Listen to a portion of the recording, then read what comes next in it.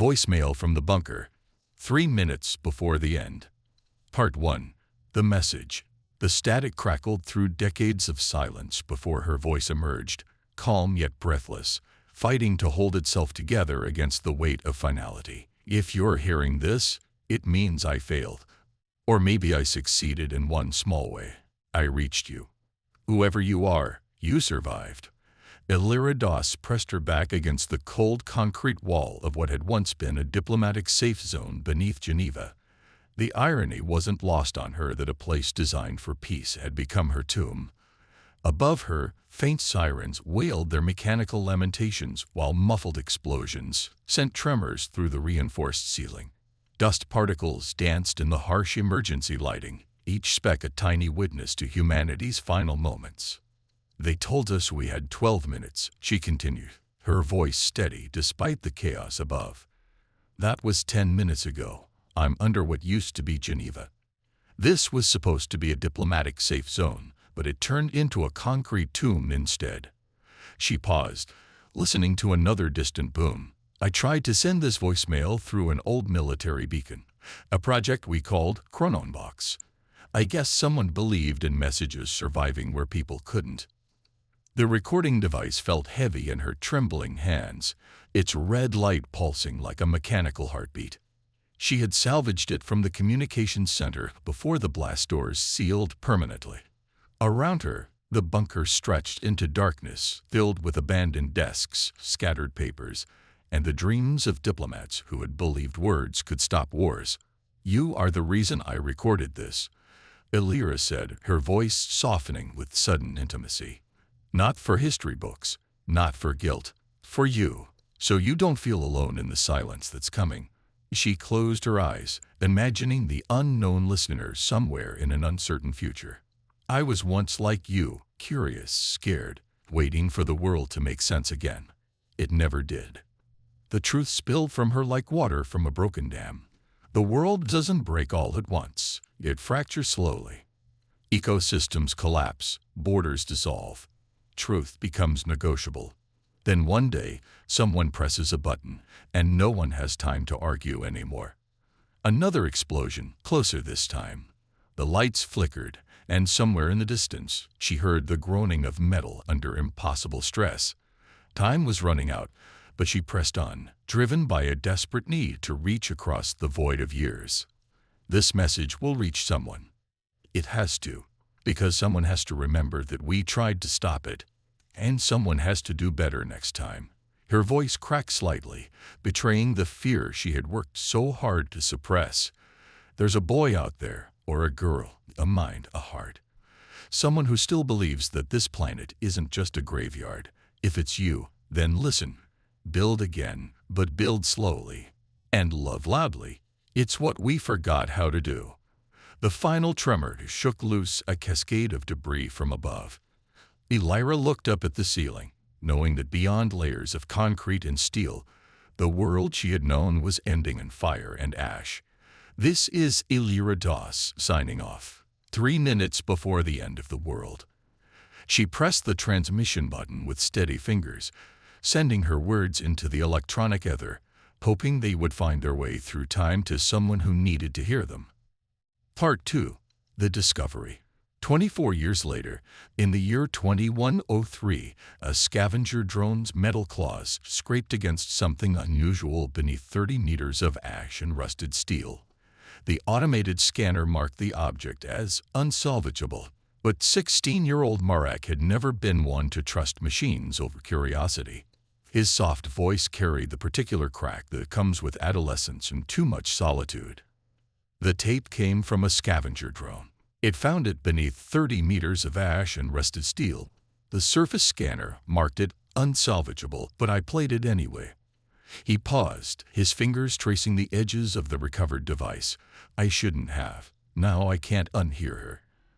Marek lived in the Arclight Refuge, one of the deep settlements carved into the southern Alps by survivors of what historians now called the Long Silence. The refuge was a maze of tunnels and chambers lit by bioluminescent panels, where nearly 3,000 people had built a new kind of civilization in the belly of the earth.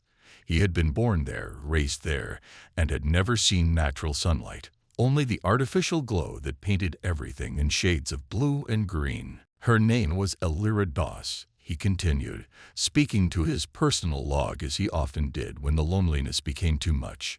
I didn't know her. I wasn't even born when she recorded it.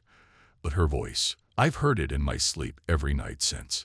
The recording device had been damaged but not destroyed. Using salvaged parts and skills learned from the refuge's tech keepers, Marek had managed to extract the message intact. When Elira's voice first emerged from the static, speaking directly to him across the decades, he had felt something he had never experienced before. A connection to someone who had lived in the world above, in the time before ash and silence. She thought she failed, Marek said, his young voice growing stronger with conviction. But she didn't. Because she told me one thing I never got to hear before. Hope. Not from the surface raiders. Not from the bunker dwellers. Just her. In the years following the long silence, stories had become rare commodities. The survivors focused on practical matters: food, shelter, safety. Culture was a luxury few could afford, and hope was often seen as dangerous. But Elira's message had awakened something in Marek, a hunger for connection that transcended time itself. People stopped telling stories after the long silence, he reflected. Now I keep hers. Part 3. The Legacy. Marek's discovery of Elira's message marked the beginning of what would later be called the Second Renaissance. Her words, born from humanity's darkest moment, became a catalyst for renewal in the underground cities and surface settlements scattered across the recovering world. I burned it into every terminal I could find, Marek explained in later recordings. I encoded it in the broadcast beacons. I shared it. His teenage determination had overcome the technical challenges and social resistance he encountered. Many in the refuge initially viewed his project with suspicion. Why dwell on the past when survival demanded focus on the present? But Elira's message contained something the survivors had almost forgotten: the memory of who they had been before fear consumed them. Her voice carried not just the tragedy of the old world's end, but the blueprint for building something better. The ChronoInbox project had been more ambitious than even its creators realized. Military communication networks, designed to survive electromagnetic pulses and nuclear interference, had indeed preserved messages beyond the apocalypse. Marek's success in recovering and sharing Elira's recording led to the discovery of dozens of other time-delayed transmissions, a treasure trove of voices from the final days. Each recovered message added another thread to the tapestry of memory that the survivors were weaving. Scientists shared final observations about climate collapse. Teachers recorded lessons for children they would never meet. Artists preserved fragments of beauty in digital form. Parents left love letters for grandchildren not yet born. But it was Elira's message that resonated most powerfully, perhaps because it alone had been addressed to the future rather than the past. Her words, "Build again, but build slowly, and love loudly," became a motto for the emerging communities. They painted it on walls, carved it into memorial stones, and whispered it to their children as both promise and prayer. Marek grew from a curious teenager into one of the most important chroniclers of the post-silence era. He established relay stations throughout the Alps, creating a network that could preserve and share stories across vast distances. Other settlements began similar projects, inspired by his example and Elira's message. "My name is Marek," he would say in his final recorded log, now a man in his 30s with children of his own. "I'm 16. I was born in the Arclight refuge beneath the southern Alps. I never met my parents, but I met Elira." The simple declaration had become his signature, a reminder that connection transcends physical presence, and that the dead continue to speak through the lives they touch. "And now you have too," he would add, addressing each new listener who discovered the recording. "If you're hearing this, the world didn't end, not completely, because someone still remembers." Epilogue. The signal continues. In the decades that followed, The ChronoInbox network evolved into something far beyond its military origins. What had begun as a desperate attempt to preserve final messages became the foundation of a new kind of human connection, one that acknowledged the past while building toward the future. Elira's 3-minute message, recorded in the final moments before global catastrophe, had reached across time to plant seeds of hope in the minds of survivors.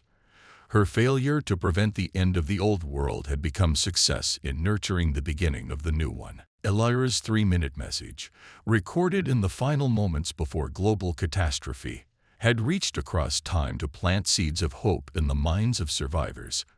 Her failure to prevent the end of the old world had become success in nurturing the beginning of the new one. The message continued to spread, carried by radio waves and digital signals, copied and shared and treasured by communities across the recovering planet. Each transmission ended with the same simple prompt that Mirek had programmed into the system decades earlier. Greater than uploading message, greater than beacon transmission enabled, greater than reply, Y/M, most chose yes. They added their own voices to the growing chorus, their own stories to the expanding archive. They spoke of small victories, gardens growing in radioactive soil, children learning to read, couples falling in love despite the darkness.